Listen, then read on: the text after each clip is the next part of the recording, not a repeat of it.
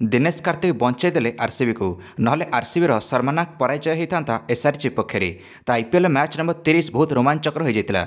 SRH दल 288 run विजय लक्ष्य धार्य करथिला royal challenger Bangalore पर। आरसीबी ओपनर्स प्रथम आसी माड मारे 7 ओवर 80 रन लगते विराट कोहली और फैफ डु प्लेसिस किंतु आगामी 40 रन भितर विराट कोहली 40 रन करके आउटले और फैफ डु प्लेसिस 62 रन करके आउटले।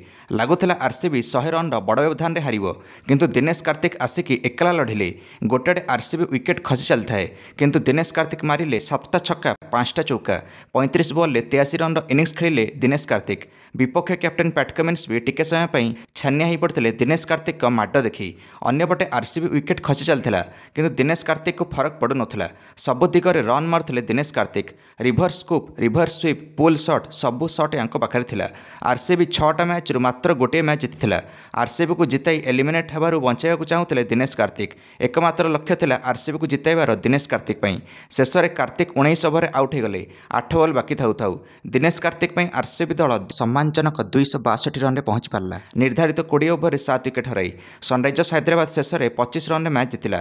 एसआरएच 6टारू 4टा मैच विजय सहित 4 नंबर अच्छी पॉइंट्स टेबल। आरसीबी बर्तमान 10 नंबर को खसला पूरा शेष स्थान को। आरसीबी पूरा एलिमिनेट हो कारण आगामी 7टारू 7टा मैच जितिले भी आरसीबी प्ले ऑफ जाई परिबो नाही।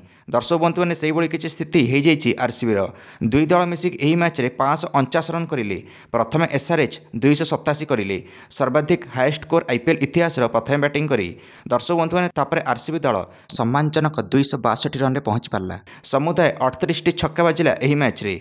डीके इनिंग्स को किंतु कहीं भूली पारे। स्टैंडिंग ओवेशन देले दिनेश कार्तिक को जिते से आउट हो फेरुले कारण या बैट धुआंधार रन वर्षा होता।